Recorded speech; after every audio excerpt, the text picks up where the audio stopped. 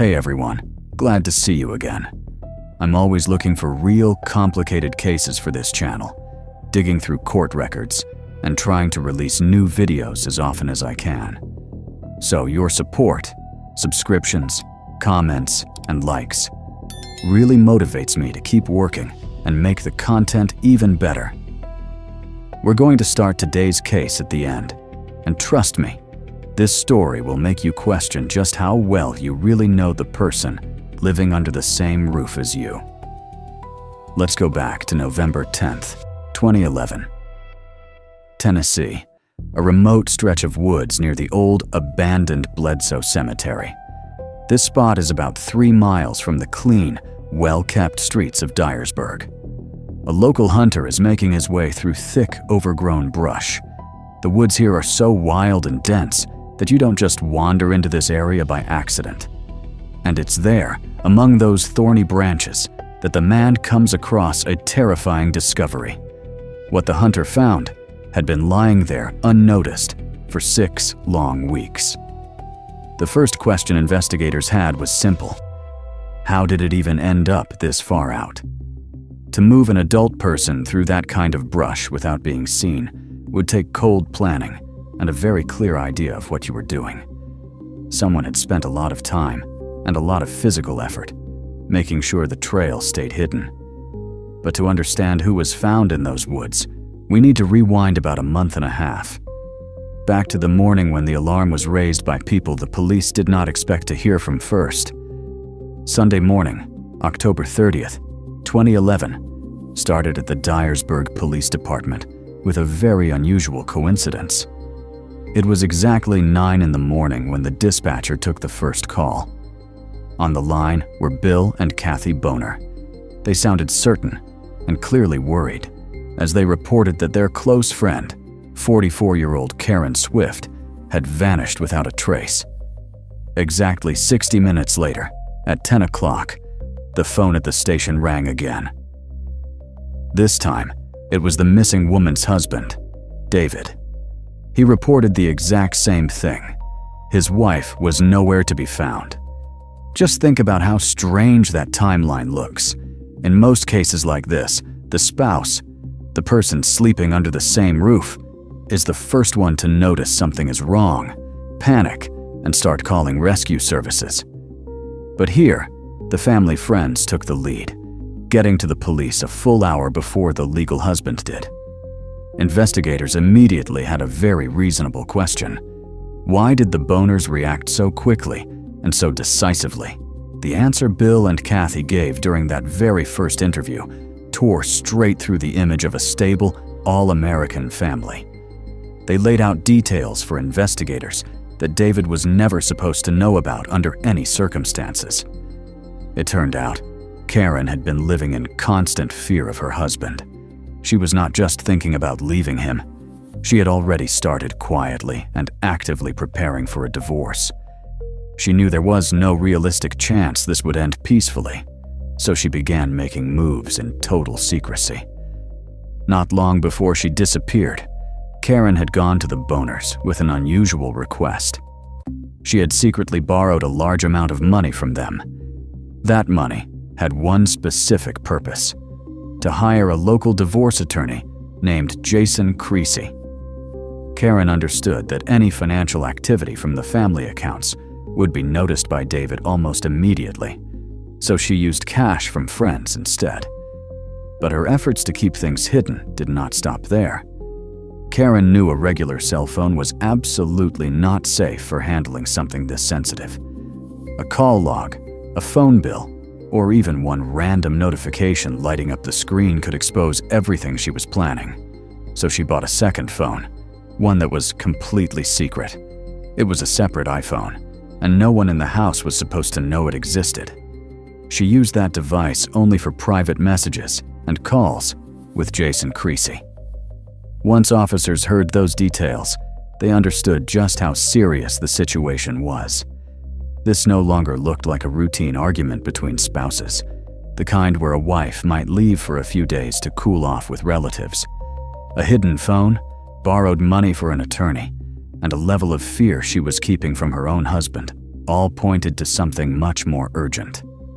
Patrol units were immediately given descriptions of Karen and her vehicle, while detectives began gathering the first pieces of background information.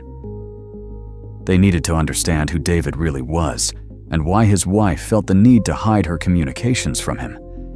It became very clear that inside the Swift home, a private crisis had been building for months. And to understand why Karen was acting this way, investigators had to go all the way back through the history of the marriage, starting with the earliest years of their life together. Because to understand how ordinary people reach the point of buying secret phones and moving money quietly through friends, we need to rewind to the very beginning of their story.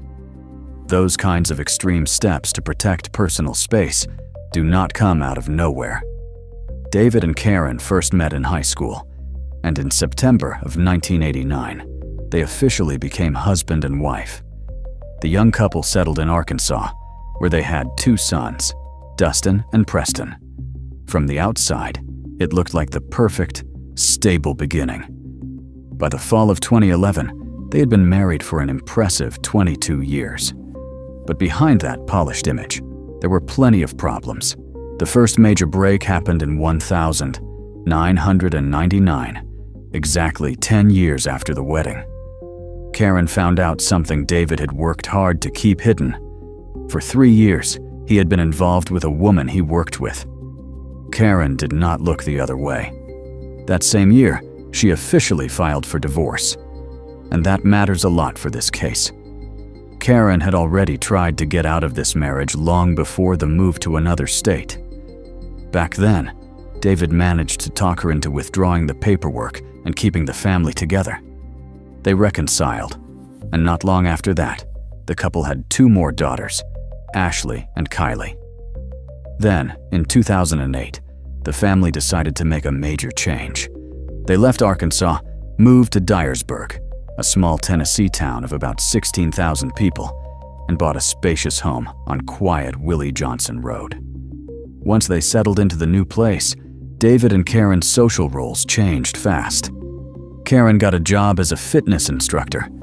That kind of work keeps you active, puts you around people all day, and pretty quickly, she built a wide circle of new connections. She became a familiar face around town. She went to the local country club, attended events, and often spent time outside the house. David, meanwhile, took a job as a production manager. But from what people later told investigators, his main focus seemed to shift toward controlling Karen's personal life. He started building a system around her. Witnesses interviewed by police described the same unsettling pattern again and again. The moment Karen left the house, David would start calling her cell phone non-stop. And if she did not answer right away, he would get in his car and drive around Dyersburg, basically patrolling the streets, looking for her vehicle. Police documented a statement from one neighbor that says a lot. One day, Karen stopped by that neighbor's house for just a couple of minutes. David immediately came out of his own home, walked onto the neighbor's property, and ordered Karen to come back right away. The biggest source of conflict was the Boner family, the same friends who raised the alarm that morning at the police station. David could not stand Bill and Kathy. He constantly started arguments over Karen staying close with them, and he pushed hard for her to cut off that friendship completely. He simply could not tolerate Karen having independence.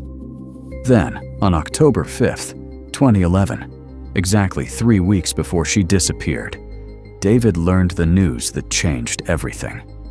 Karen told him there was no going back. She had officially started the divorce process. As I mentioned earlier, that is why she had to get a second phone to communicate with her attorney. Inside the home, the situation reached a breaking point because David understood he was finally losing control over his own wife. Now let's set the emotions aside for a moment and look strictly at the timeline. Sometimes technology and abandoned belongings say far more than any statement ever could. Pay close attention to how the final hours unfolded before the phones at the police station started ringing with reports that Karen was missing. The evening of October 29th, Halloween celebrations are happening around town. Karen drives her younger daughter, Ashley, to a sleepover at a school friend's house, then heads to a costume party. She is driving her white Nissan Murano crossover. All evening, she drinks only non-alcoholic beverages, and by all accounts, she is in a great mood. Closer to midnight, the party wraps up, and Karen starts dropping friends off at their homes. The plans changed because of one phone call. Ashley wanted to come home. Karen picked up her daughter and headed back toward the house. On the way, she sent David a short text saying they would be there soon. David replied right away. He told her he had already locked the garage door, so they would need to come in through the side door. At 2 a.m, Karen and Ashley walked inside. Ashley was exhausted and went straight to bed. From that point on, there were no more living witnesses. After that, the case starts to rely on cold, unforgiving digital records. At exactly 2:08 a.m., Karen's smartphone automatically connected to the home wireless network. The system showed a steady signal. The phone stayed inside the house for more than 2 hours. But at 4:38 a.m., something strange happened. The device disconnected from the router and physically began moving away from the house. Someone had taken that phone outside. Then, about half an hour later, at 5:09 a.m., the signal disappeared for good. The power had been manually shut off. Now let's move a few hours ahead, to the morning the search began, while police were checking the streets. Just about half a mile from the family home, along the shoulder of Millsfield Highway, a patrol unit spotted Karen's white Nissan Murano parked on the side of the road. The front passenger side tire was completely flat. At first glance, it looked like a typical roadside problem. But when crime scene technicians got down on the pavement to take a closer look, they found the cause of the puncture. A metal screw had been driven deep into the tread. And this is where the whole random flat tire theory starts to fall apart. When a vehicle runs over a screw at speed, the head of that screw gets scraped against the asphalt. It picks up scratches, it gets worn down, it can even bend or deform. But this screw looked like it had just come out of the box. The threads had gone into the rubber perfectly straight, and the head was completely untouched. The physics pointed to one thing. This was not something the Murano picked up on the road. Someone had deliberately and carefully screwed it into the tire with a tool after the vehicle was already parked. This was straight up sabotage. The second clue was waiting for officers inside the cabin. When one of the policemen tried to get behind the wheel to inspect the interior, he immediately noticed a glaring problem. The driver's seat had been pushed all the way back on its track. With Karen's small frame, she would not have been able to reach the brake or gas pedals in that position. The seat setting pointed directly to someone much larger being the last person behind the wheel. So picture what detectives were looking at: an obviously staged vehicle problem and a clear attempt to send the investigation down the wrong path. In cases like this, investigators always check whether the missing woman had any known enemies outside her own home. And in this case, one person like that did turn up, almost right down the street. To understand what this conflict was really about, we need to go back 3 weeks, to the beginning of October. A man named John Hochschutter lived near the Swift family. People in the neighborhood had long suspected him of doing something pretty low. Someone had been leaving tainted bait on nearby properties, targeting pets. Several dogs in the area did not survive, and Karen's dog only pulled through because she rushed it to the vet in time. On October 7, Karen had finally had enough. She went straight to Hochschutter's house and confronted him in front of others. Witnesses later confirmed the exchange got heated fast. Karen told him exactly what she thought about the way he was handling problems with other people's animals. Now let's go back to the first days of the search. As soon as police learned about that open conflict, John was brought in for questioning.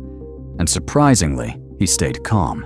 He had no problem letting officers search his property, and he claimed he barely even remembered the argument over the dog. But the most interesting part happened the very next day after he spoke with investigators. Patrol officers were searching the area around John's property when they spotted something shining in the thick brush right along his property line. It turned out to be Karen's cell phones, both of them. Her main phone and the secret device she had been using to communicate with her attorney. The condition of those phones said a lot. They had not simply been tossed into the grass. The screens and back panels were crushed into tiny pieces.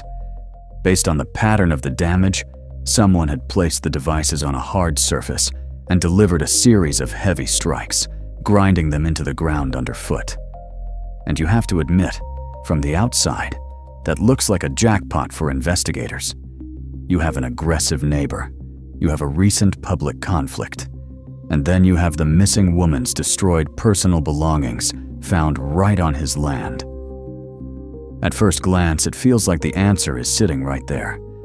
But basic police work tore that neat little theory apart almost immediately. Investigators started reconstructing John's schedule minute by minute for the night of October 29 into October 30. And what they found was a rock-solid alibi. Witnesses fully confirmed where he was during those hours. He physically could not have intercepted the Murano on the highway, staged the flat tire with the screw, and dumped the phones near his own property. A close look at the situation led investigators to a disturbing logical conclusion. The brush along Hochshooter's property was within easy walking distance of the Swift house. The real person responsible knew all about the recent blow-up between Karen and John. He deliberately took both phones, crushed them underfoot, and planted them near the neighbor's fence. That was another piece of a carefully staged setup, designed to pull attention away from the person who actually had access to Karen's devices that night. And that clumsy attempt to manipulate the evidence pushed detectives right back toward the man who supposedly never left the house. So what do you think a person does when they realize all those planted clues did not work and investigators are now looking straight at them?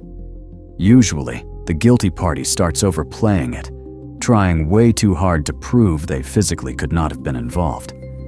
So let's look at how the only adult inside the house that night behaved. As soon as police understood that the vehicle on Millsfield Highway had been staged, detectives headed straight to the Swift home with a search warrant. At the same time, David arrived at the police station for a formal interview, and his entrance was hard to miss. He moved slowly down the hallway, leaning heavily on medical crutches. Every step seemed designed to show the people around him that he was in serious physical pain and barely able to get around. Once he was inside the interview room, he spent a lot of time giving detectives a detailed rundown of his health problems. He carefully described an old knee surgery he had undergone back in the spring. Then he went on at length about a recent flare-up of that injury, which he claimed had happened at work. The message behind that long speech was pretty easy to read. Look at me. I'm practically disabled. I would not have had the strength to overpower an athletic woman, move her out of the house, and hide her. At the same time, he went hard after Karen's friends, trying to drag their names through the mud and shift investigators' attention toward their lifestyle. But detectives know one basic rule very well. When someone being questioned dumps an excessive amount of unnecessary detail about their health, that is usually a good reason to check what they have actually been doing. So police started looking into how this supposedly injured man had been spending the days leading up to Karen's disappearance. And that takes us back 48 hours, 2 days before Karen went missing. David had gone out to the property of a local farmer he knew to help with heavy physical work. For hours, he used his own hands to move weighty farm equipment and unload large bales of hay. The farmer later confirmed it to investigators. David worked without showing any real signs of discomfort. He did not ask for long breaks, and he definitely wasn't using crutches. That sudden limp appeared exactly when he needed an excuse. The whole performance with the crutches was painfully unconvincing. While David was at the station putting on the image of a man who could barely move, a crime scene team was carrying out a full search of the Swift property. Technicians went through every inch of the living areas, the basement, and especially the garage, looking for even the smallest lead. What they found left investigators frustrated. The house was almost too clean. Experts did not find a single drop of visible biological evidence, no damaged furniture, no unfamiliar fingerprints, and no signs that anyone had been dragged or that a struggle had taken place. The space looked wiped down, almost sterile. That put investigators in a serious legal bind. They had a clear motive. They had David's shaky story about his bad knee. They had the physical mismatch with the driver's seat in Karen's vehicle. But they didn't have one direct piece of evidence from the place where they believed the offense may have happened. Without physical proof, law enforcement had to let David go home. At that point, no arrest could be made. Now, remember that terrifying discovery in the thick brush near the old cemetery, the one we started with? By the time investigators had run out of leads from the house search, the medical examiner finally released a detailed report on the remains. And those findings explained exactly why the rooms and basement had looked so unnaturally clean. Karen could only be identified through dental records because she had been out in the elements for 6 long weeks. The examination established a clear cause: severe blunt force trauma. There were 2 major fractures to the skull, but the most important detail was in the mechanics of those injuries. The impressions and pressure marks on the opposite side of the head showed that, when the injuries occurred, Karen had been lying on a perfectly flat, hard surface. Her face had been forced against that solid floor with tremendous force. That specific injury pattern lined up with the smooth concrete floor of the same garage where the crime scene team had earlier found almost nothing. At the location where Karen was found, investigators documented one more important detail. The only clothing still present was a pair of black underwear, and it had been slightly pulled down. By then, medical specialists could no longer prove or rule out intimate misconduct because of the advanced natural breakdown of the remains. But taken together, these facts allowed prosecutors to build a final timeline of that night, and it was disturbingly logical. Let's put the whole puzzle together based on the official theory presented by prosecutors. After 2 a.m, once the younger daughter is sound asleep in her bed, the final confrontation breaks out on the first floor. The man cuts off the woman's air supply until she loses consciousness. According to prosecutors, that method was not random. It would leave no visible blood and no obvious signs of a struggle inside the home. Then he moves the unresponsive woman into the garage, and there, on that flat, cold concrete floor, the fatal blows are delivered. Right after that, the cleanup begins. The person responsible carefully washes the floor with strong cleaning chemicals, destroying every biological trace.